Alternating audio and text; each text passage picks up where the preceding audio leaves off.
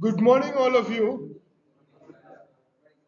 In the last class, we have seen what is threads, multi-threading, and problems related to threads in operating systems. Okay. In this class, we will study about what is meant by process synchronization. There is a problem called as critical section problem. We'll see what is a statement for critical section problem. We'll see what is meant by synchronization hardware. We'll see what is semaphores. Okay. So everything that is related to this particular session is about synchronizing the process. How to provide a proper order in a way that processes are executed without any kind of problem. Okay.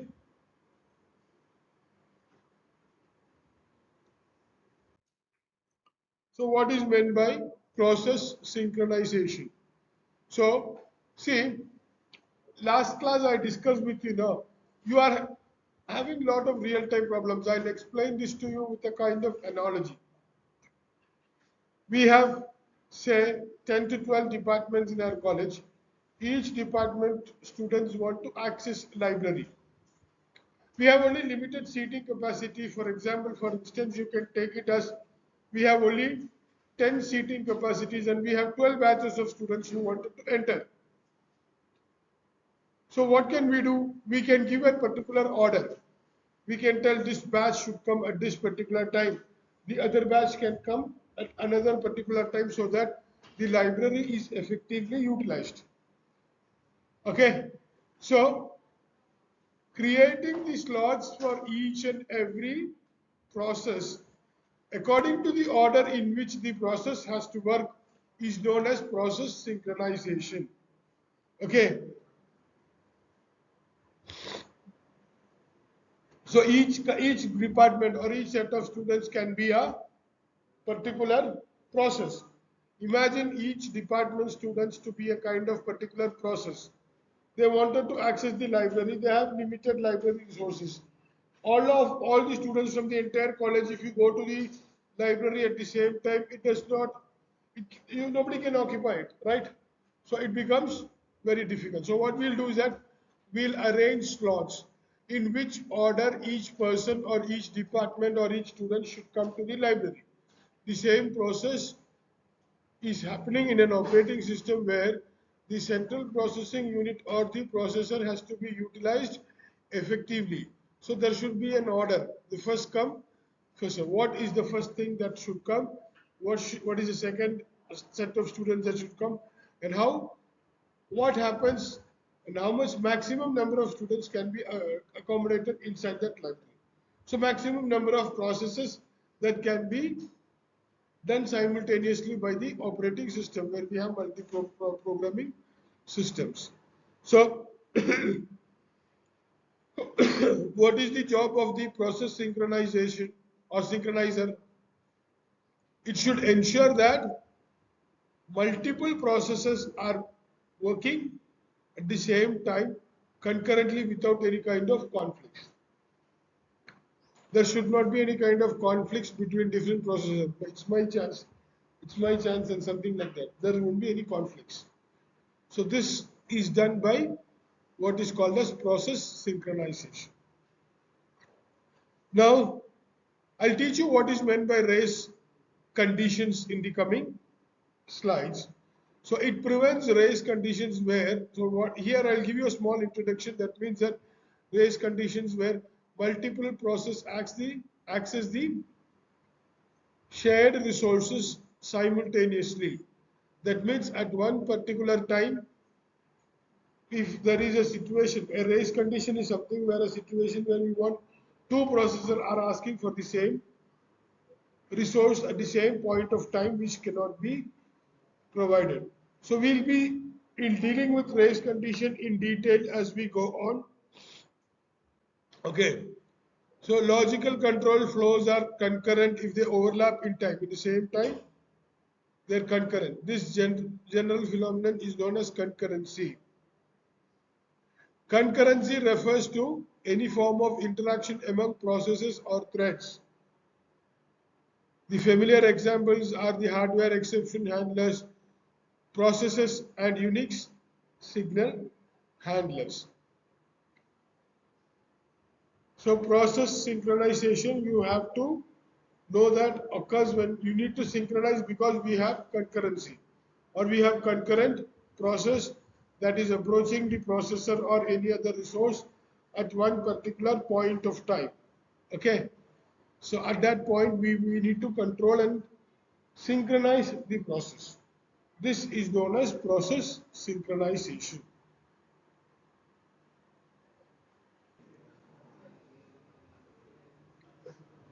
So I believe that all of you understood what is meant by process synchronization. Next, what we'll be seeing is that it's a very common question in your exams. Why do we need to synchronize? Or what is the purpose of synchronization? Okay. So why do we need to synchronize?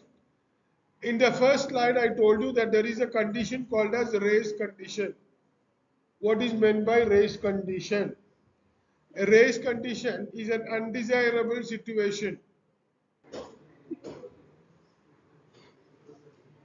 So previously while discussing, I told you that there is a condition called as race condition. So we'll be discussing what is race condition. So what is meant by race condition?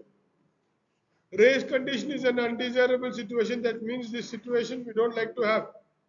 Okay, there is a condition called as race condition, which is an undesirable situation that occur when a device or a system attempts to perform two or more operations at the same time. So what is meant by race condition?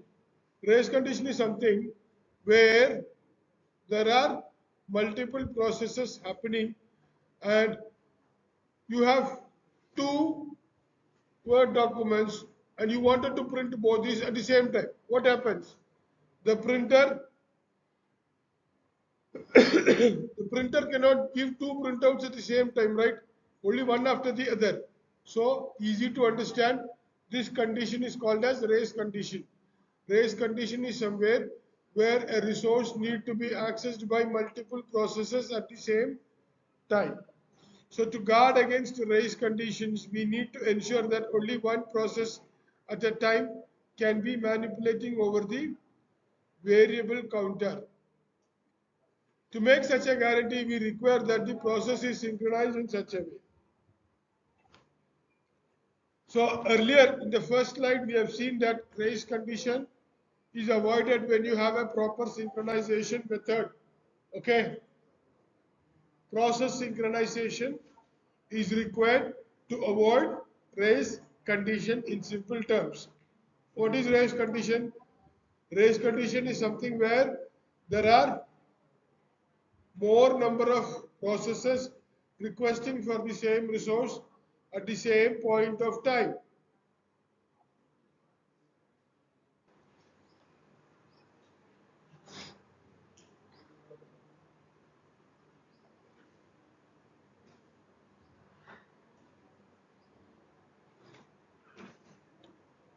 So next we'll be dealing with a very important problem called as critical section problem.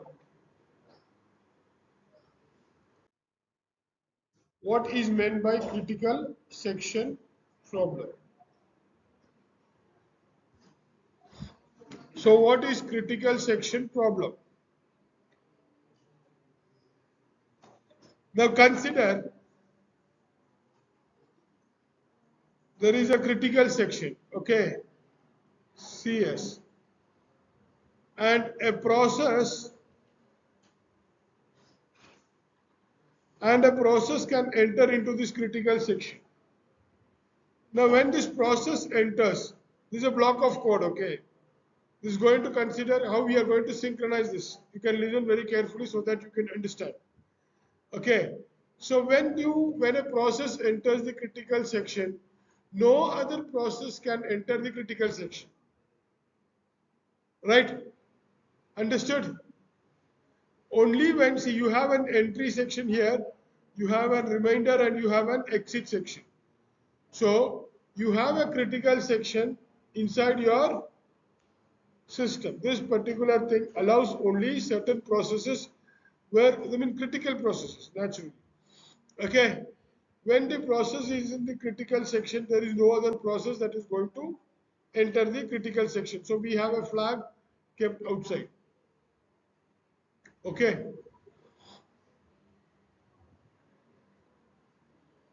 So let's say let us consider some writing some files, updating a memory location or updating process table, etc.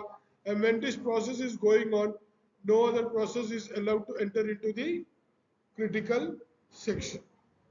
Okay. So this is to ensure that only one process at the time is being allowed to operate in this particular critical section.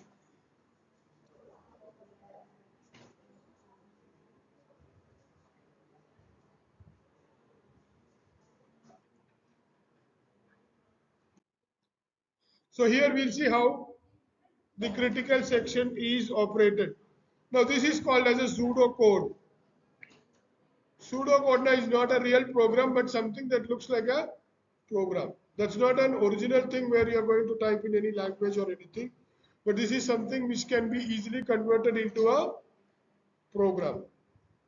And that is called as a pseudo code. So what happens here is that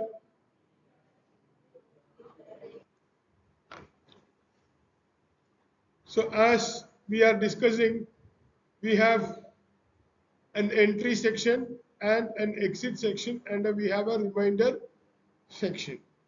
In this, when a process or when something enters here, okay, it enters through the entry section, it works out with the critical section. Critical sections, you don't have any kind of interruptions because you cannot change it. Okay. The code exit session is a code that will be executed after the critical process is completed. Okay. And then whatever is reminder, there will be another area which we can take it lightly. Not very important. So that is the rest of the code where it is implemented. So these are the three different sections within the operation while a process has to enter into its critical section. So there is an entry. In that entry, you have a entry section which allows the entry into the critical section. We could block the entry also if it is not necessary or if it is felt that this set of statements is not critical or can be done later on or something like that, can be denied entry also. Then we have a critical section where we will be executing the critical section process, and then whatever is there, the remainder will be executed. So this is the basic pseudocode and explanation for what is meant by critical section and how critical section is executed.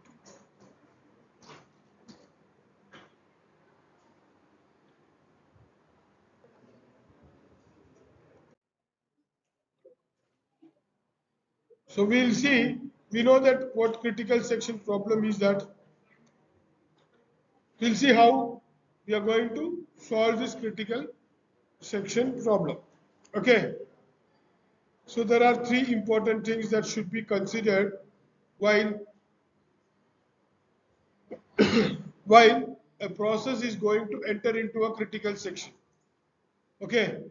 One is mutual exclusion. That means that when a process is entering critical section, it should not depend upon any other process, right? Yes or no? So what happens is that when a process is entering the critical section, this process should not depend upon any other process. This is called as mutual exclusion. Okay. So when if the process PI is executing in its critical section, then no other process can be executing in their critical section. progress. Second problem or second thing that we have to consider is that the first one is mutual exclusion. That is, when one problem is working with the critical section, there should be no other problem that is in the critical section. Okay, first thing is mutual exclusion. Second thing is progress. If no process is executing in its critical sections, some process wish to enter the critical section, and only those processes that are not executing in the remainder sections can participate in deciding which will enter the critical section next. And this selection cannot be postponed indefinitely. So which are the processes that should be allowed entry into the critical section? Okay, that is the thing that we are going to consider in the second point. There are some sections, when critical section is empty, it can be utilized by some other process. This process should be something that is not there in the remainder section. Okay. So which are the processes that can be allowed entry into critical section in case the critical section does not have any other process executed at one particular point of time? This is the second thing that you have to keep in mind when we design solutions for critical problem sections. Bounded waiting, the third point. So another one point is that we don't have indefinite time for the processes to keep working. You have to give its own priority. You cannot keep a process waiting for a longer period of time. Okay, so if the process is required, and if it is genuine and it wants to enter the critical section, it should be given entry at the earliest point of time, as soon as another critical process is completed. So these are the three considerations that we have to keep in mind when we are deciding whether a process can enter the critical section or not.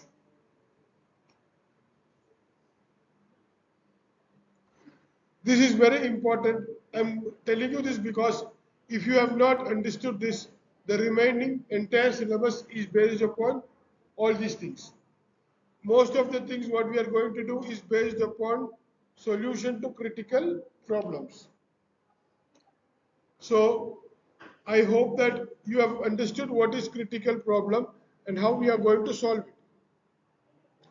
What are the considerations that should be there in your mind when you design a solution to critical problem? Okay.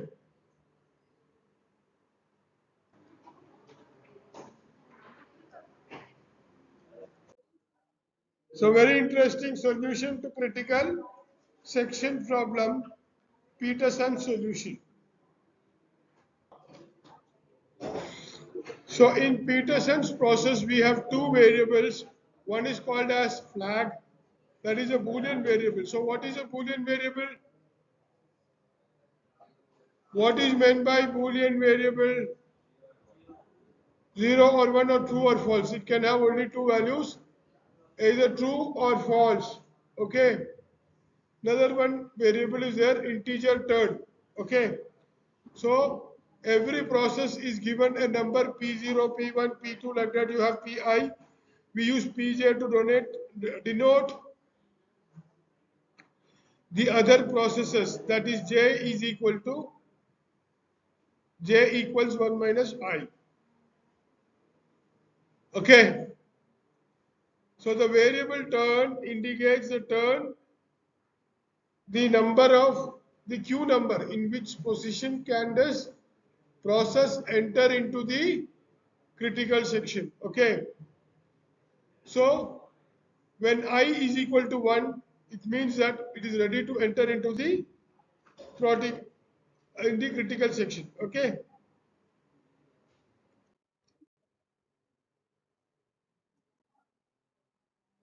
So this is the basic pseudocode for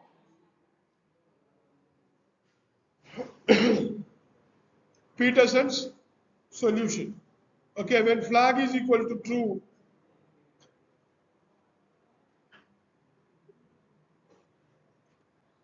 when turn is equal to j, while flag and turn is equal to j.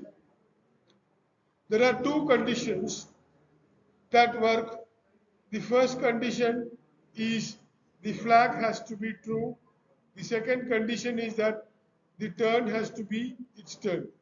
Then it enters the critical section. And then what happens? It turns the flag to false. And then the remainder section is executed. Okay. So, two conditions, both the conditions should be satisfied for a process to enter into the critical section. One is that we have a Boolean variable called as flag. Okay.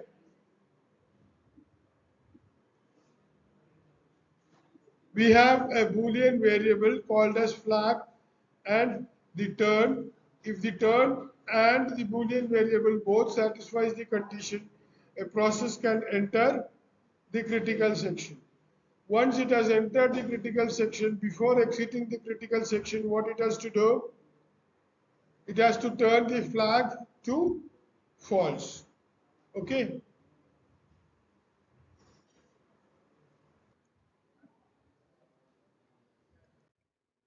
So now we look into a hardware solution, or what are the hardware based instructions that can be used for solving your critical section problem. Okay. So currently we have explained one software based solution that is called as Peterson solution. Will be dealing more with software solutions for this. Okay. So what are the synchronization problems that are there?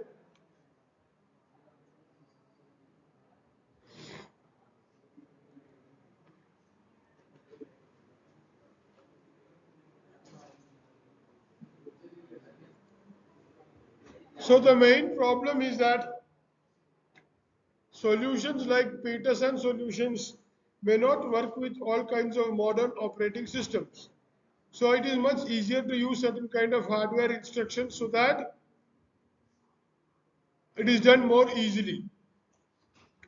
So hardware instructions are available on many systems that can be used effectively for solving the critical section problem.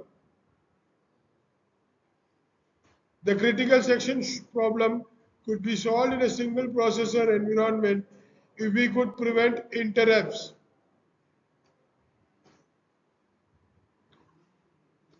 while a shared variable was being modified. So these hardware features can make the task easier and improve system efficiency. The solution is not as feasible in a, so the drawbacks of synchronization hardware-based problems is that it is possible only in a single processor environment. It cannot work in multiprocessor environments. So we have been looking into the hardware instructions. We have been looking into the hardware instructions. We have two types. First one is called as test and set. Second one is called as compare and swap. We'll be seeing what is compare and swap in the next slide. Now we'll start with what is test and set. So you can read the pseudocode for better understanding. So while test and set is set to log, do nothing, and critical section is being executed. And then what we do is that we'll set the log to false. See, there is only two difference, small difference between test and set and the next one which says about compare and swap. So if the original value was 0, it means that the log was free. There is a log variable and this log variable is assigned the value of 0 and 1. If the test and set at log 0 means that the critical section is free so that another process can enter into the critical section.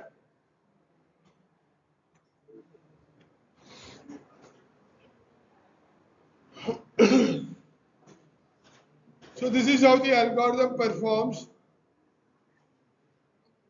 First, it will read the current value of the log. It should be either 0 or 1. If it is 0, it sets the log value to 1 and then enters into the critical section and returns the original value again while setting it. Then it executes the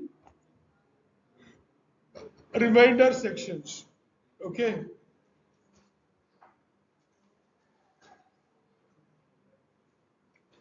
The first method, synchronization hardware, the test and set method.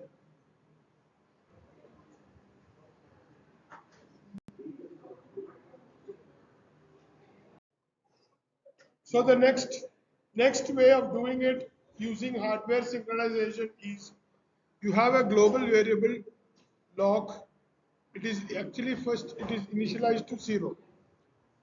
Then what happens is that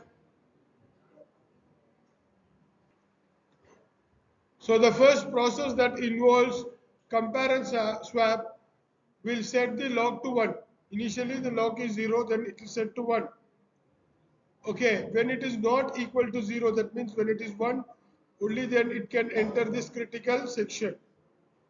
Okay, it will enter its critical section because the original value of log was equal to the expected value, that is 0. In subsequent calls, what happens is that will not succeed because again, if you want to ask to enter into the critical section, it will stop, right? Okay, the log is now equal to the expected value of 0. So when the process exits, again the log is set back to the previous condition. This looks very similar to what we have done in the previous one, that is test and set.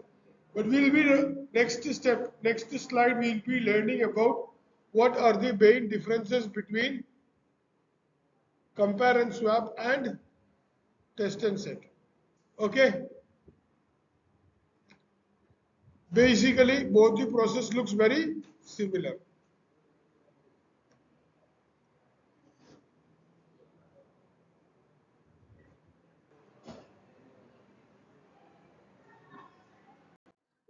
So now we have seen both these things. We'll compare both these things.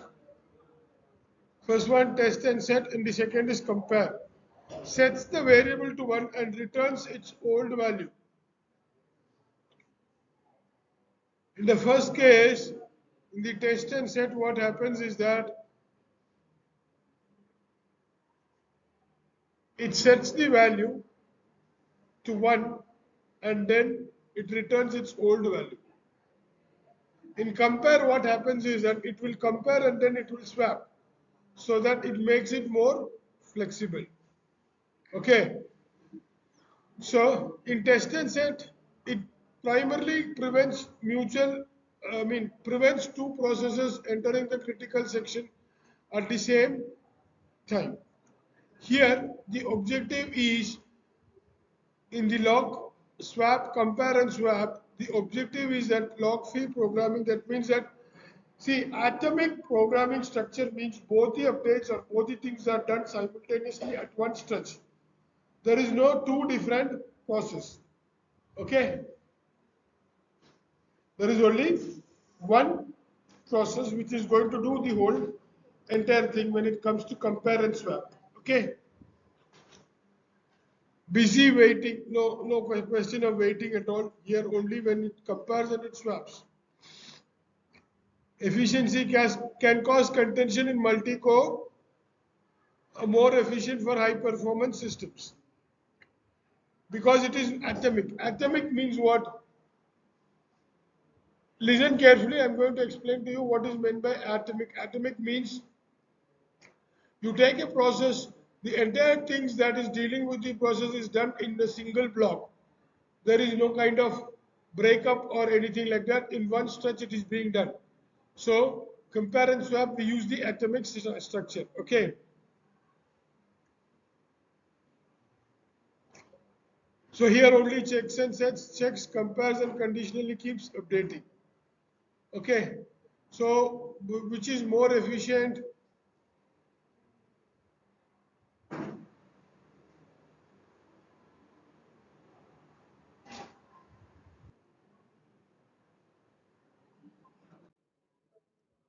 Another important concept of mutex. What is mutex? We have seen mutual exclusion, right? This mutual exclusion is nothing but mutex. Mutex is a system that ensures that only one process in the critical section, you don't have more than one process. That is called as mutex, which we have already seen. Just for your question in case it comes directly.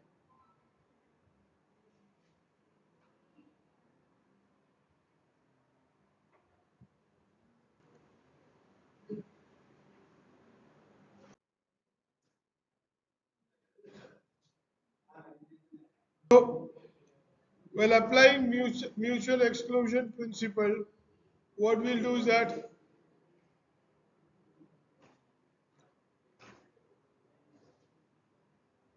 we have the pseudocode here.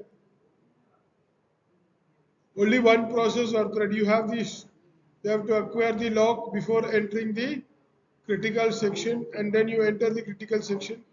Then release the lock, so that in the critical section there is only one process that is being executed. Okay, the process performs its operation inside the critical section. Okay, so this prevents the race conditions.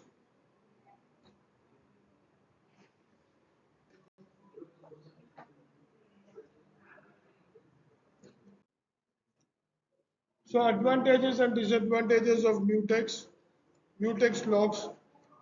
So mutex is not a hardware synchronization technique, it's a software technique like Peterson solutions. Okay.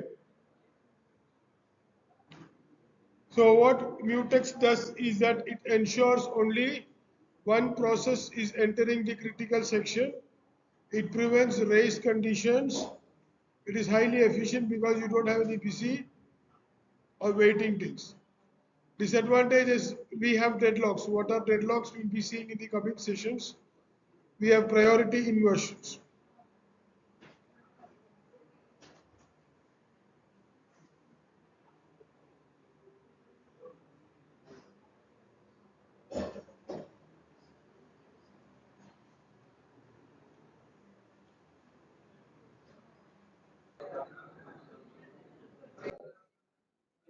What is a semaphore?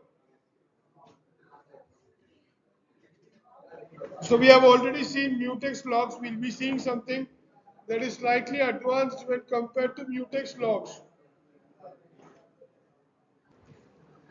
So similar to what we have studied previously, that is about mutex logs, semaphores are some things that helps us to prevent race conditions. Okay, that means that two processes entering the critical section at the same point of time. Okay, we need so many. So you might be wondering what is that so many algorithms related and so many things look very similar. But there are some changes that are very important. We have to study all these things very carefully with full concentration for you to clear it up. Okay. So semaphores, you have an yes, okay, which is an integer variable and it is being initialized, and you have two atomic operations. So what is meant by atomic operations? I explained to you once, I'll repeat it again. Atomic improvements are atomic operations means the entire set of operations is done at one single stretch without any break. Is that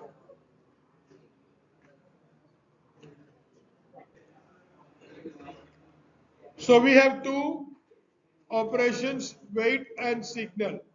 The pseudocode for wait and signal is given. Signal is incrementing s by one particular value, while wait takes in, wait is a function which takes in input as the integer variable s. As long as s is less than 0, what happens? It means that the critical section is busy. In other conditions, it means that it is free. Okay.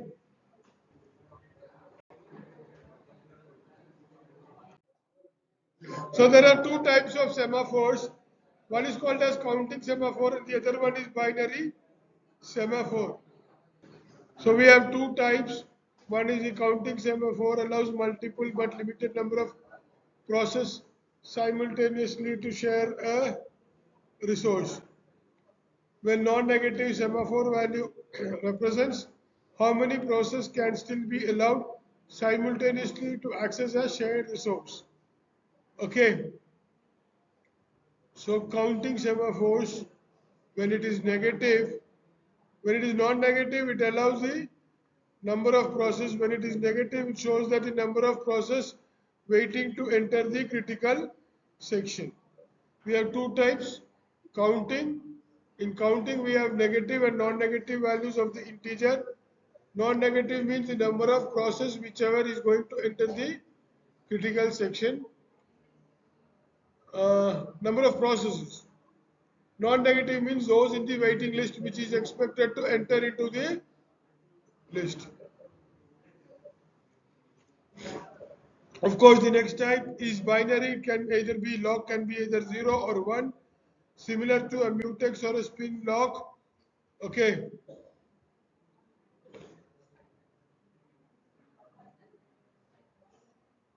So you have an access to it. That's the improvement with the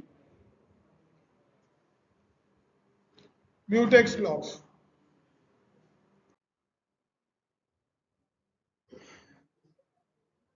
So this, with this,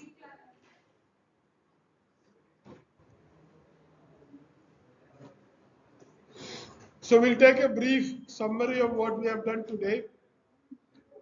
We have learned what is process synchronization.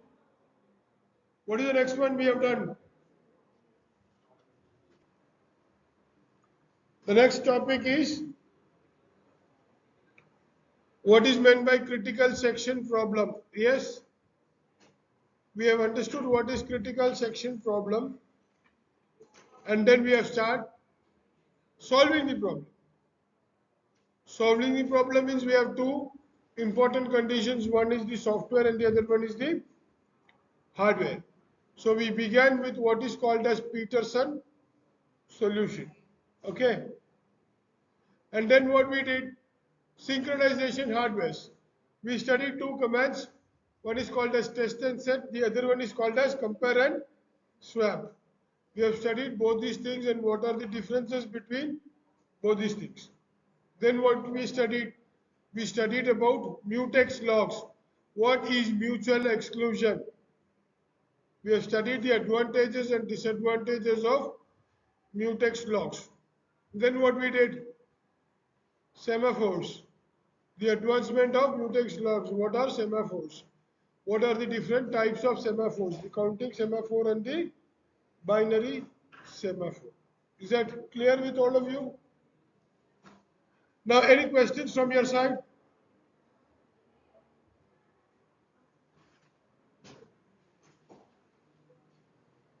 So thank you all. Thank you for listening to me. Stop with this if there is no queries.